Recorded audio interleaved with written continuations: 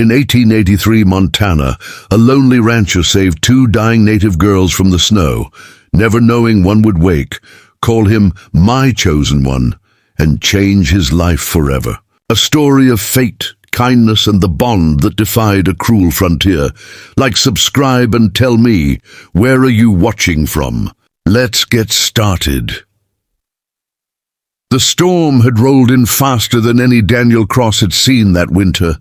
Wind clawed at his coat as he guided his horse through the white blur, boots numb, breath fogging his hat brim. He'd been heading home from the Miller Ranch with nothing but a few dollars and a half-empty flask. The world felt hollow since his wife's passing, just land, sky, and silence. But that night, as snow thickened and the forest bent under its weight, fate decided he would not ride alone back to that empty cabin.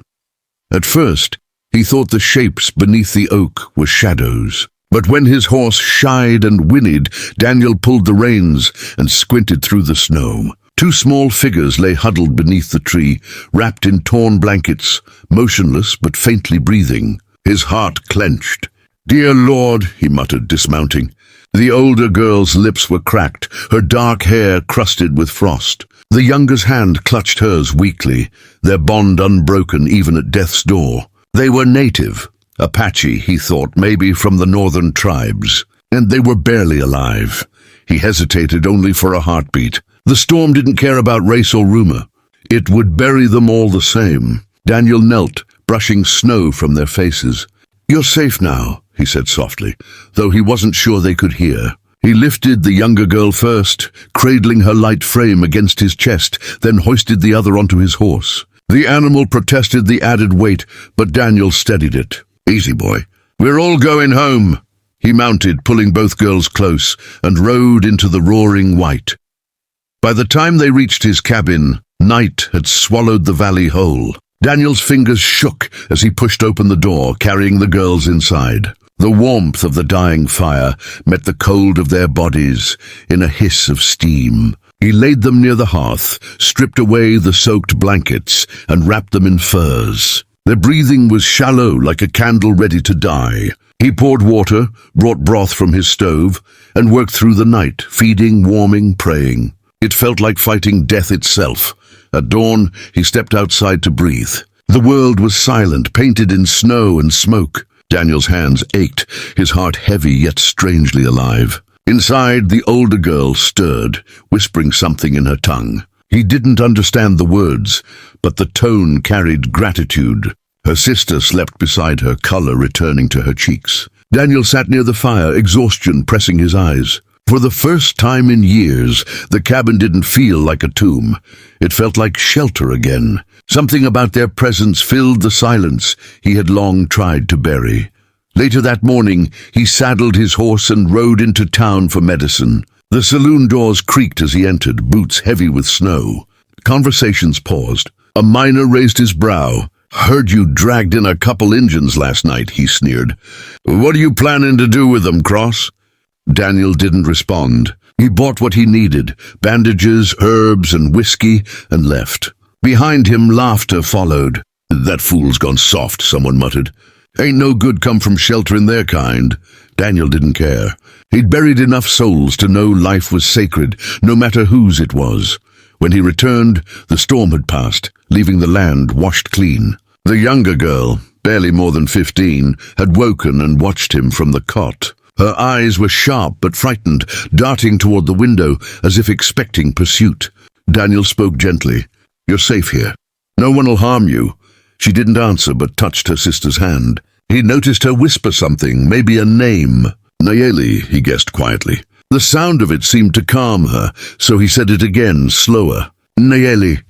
She blinked, meeting his eyes for the first time, and something unspoken passed between them. Trust.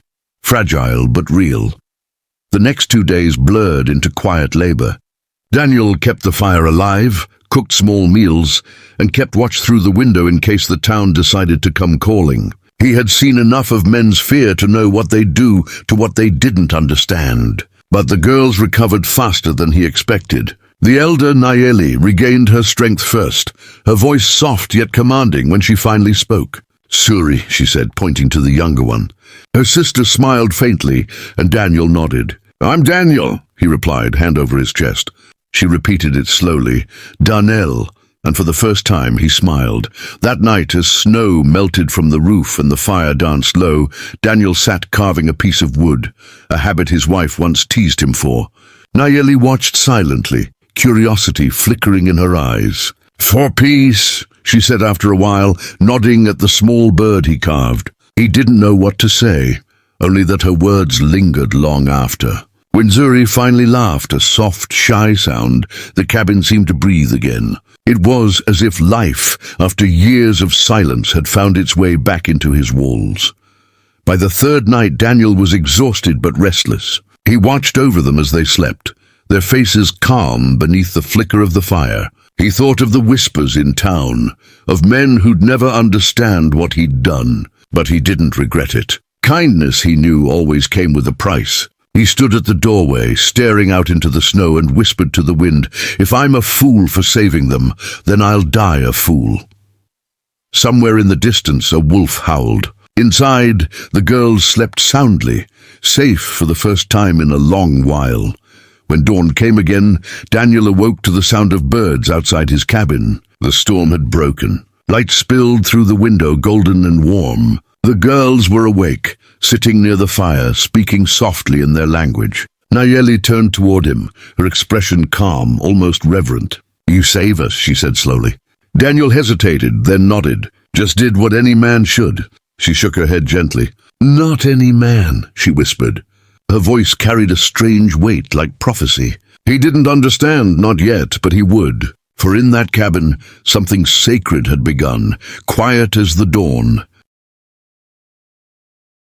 The morning light seeped through cracks in the cabin walls, faint and golden, after days of storm. Daniel sat near the fire, hat resting on his knee, watching as Nayeli stirred beneath the quilts. Her eyelids fluttered like the wings of a wounded bird before she opened them fully. For a moment, she seemed caught between worlds, the frozen plains outside and the warmth he had given her inside. Zuri slept soundly beside her, her breathing steady now. Daniel didn't move. He feared that even a sound might break the fragile peace that had somehow taken root in his home.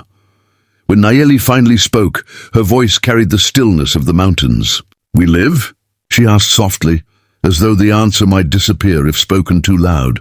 Daniel nodded. "You live," he said, his tone rough from sleepless nights. He poured her a tin cup of soup and helped her sit up. She winced, but her eyes never left his face. "Why you help us?"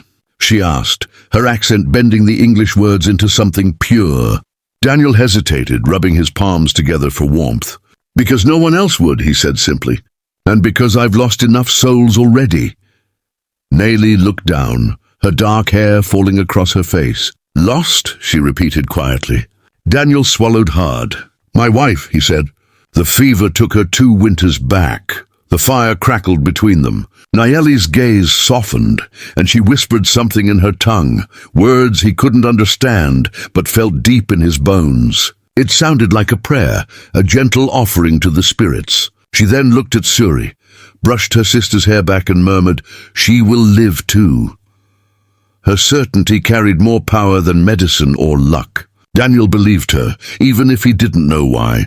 Outside, the wind had died. The valley lay buried under white, silent and vast. Daniel stepped out to split wood, the axe biting through the cold air. As he worked, his mind replayed Nayeli's voice. There was something in it, an ancient sadness, a wisdom older than the land itself. He'd spent his life surrounded by noise, men talking tough, wind howling, hooves pounding dust.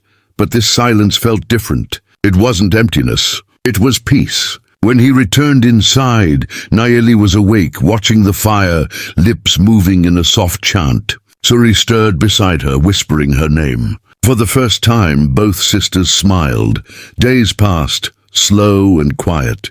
Daniel's cabin, once haunted by loneliness, filled with gentle sounds, the clatter of a spoon, the rustle of quilts, the faint hum of a song in a language he didn't know. He fixed his roof, taught the girls how to feed the chickens, and listened when Nayeli spoke of rivers and stars and the spirits of her people. One night, as the sky burned red with dusk, she asked, "You afraid of death?" Daniel thought for a long moment. "Used to be," he said. "But I reckon not any more." She nodded, eyes reflecting the firelight. "Then your spirit is ready." That night, sleep refused to come. Daniel sat outside under the stars, listening to the soft wind brush the pines. He thought about his wife, about the years he'd wasted in silence. And then he thought about Nayeli's words, how she'd spoken them, as though she knew more of him than he did himself. The next morning, when he went to fetch water, he found Nayeli standing barefoot by the stream, the hem of her dress catching frost. She turned when she heard him. "You gave us life," she said. "In our tongue we have name for you." Her eyes glowed like amber. "My chosen one." Daniel froze. The words hung between them like breath in the cold air. "Chosen?" he asked, almost a whisper. Nayeli nodded. "Spirit chooses who saves," she said. "Not for reward, but for balance. You save us because you lost part of you. Now we bring it back." Her tone carried no romance, no worship, just truth spoken like a promise between souls. Daniel didn't know what to say. He looked down, the stream reflecting both their faces in the water. "I'm no hero," he muttered. Nayeli smiled faintly. "No," she said. "You're just good. And that is rarer." The following days were quiet, almost sacred. Suri regained her strength and began helping around the ranch. She sang softly while collecting wood, her voice weaving through the wind like a prayer. The sisters had a way of making even silence feel alive. Daniel watched them with a mix of awe and confusion. He'd lived years in grief, believing the world had forgotten mercy. But in those two faces, one full of wisdom, the other innocence, he saw something return to him that he thought had died, the belief that kindness could still mend a broken man. One afternoon, Daniel rode into town for supplies. This time the stares were sharper, colder. A man at the bar spat tobacco and said, "Still keeping your little tribe cross?" Daniel met his gaze, steady as steel. "I am," he said, "and I'd do it again." The man sneered but said nothing more. Daniel walked out, the sun high above, and for once he didn't feel like an outcast. He felt right. When he returned, Nayeli and Suri were waiting by the fence, smiling as though they'd sensed his arrival before the dust of his horse even settled. That evening, as the sun dipped low, the valley glowed gold and quiet. The air smelled of pine and earth. Nayeli stood beside Daniel on the porch, her hair lifting in the breeze. "The storm no more," she said softly. Daniel nodded. "No," he replied. "Guess not." She turned toward him, eyes deep and endless. "Storm lives inside heart until peace finds it," she said. "Now peace finds you." Her hand brushed his sleeve, light as wind, and for a moment Daniel felt everything stop. The pain, the loneliness, the years of regret. Only warmth remained. Later that night, Daniel sat by the fire, watching the sisters sleep. The flames threw soft light over their faces, and he found himself whispering words he hadn't spoken in years. "Thank you," he said, "to the spirits, to the storm, to whatever force had led him to that frozen oak." He understood now that saving them had saved him too. Their presence had given his life meaning again, not through love as he once knew it, but through grace, the rare, unspoken kind that changes everything without asking for anything in return. When morning came, the world outside shimmered with melting snow. Suri laughed, chasing sunlight through the doorway. Nayeli stepped out behind her, wrapped in his late wife's shawl. "The land breathes again," she said. Daniel looked across the hills and nodded. "Yeah," he replied softly. "So do I." She turned to him, eyes calm as still water. "The spirits chose well," she said. He didn't answer, he didn't need to. In her gaze, he saw everything he'd been missing: forgiveness, purpose, and peace. That day, Daniel saddled his horse not to leave, but to begin again with two souls who had become his family, and a heart finally whole under the endless Montana sky.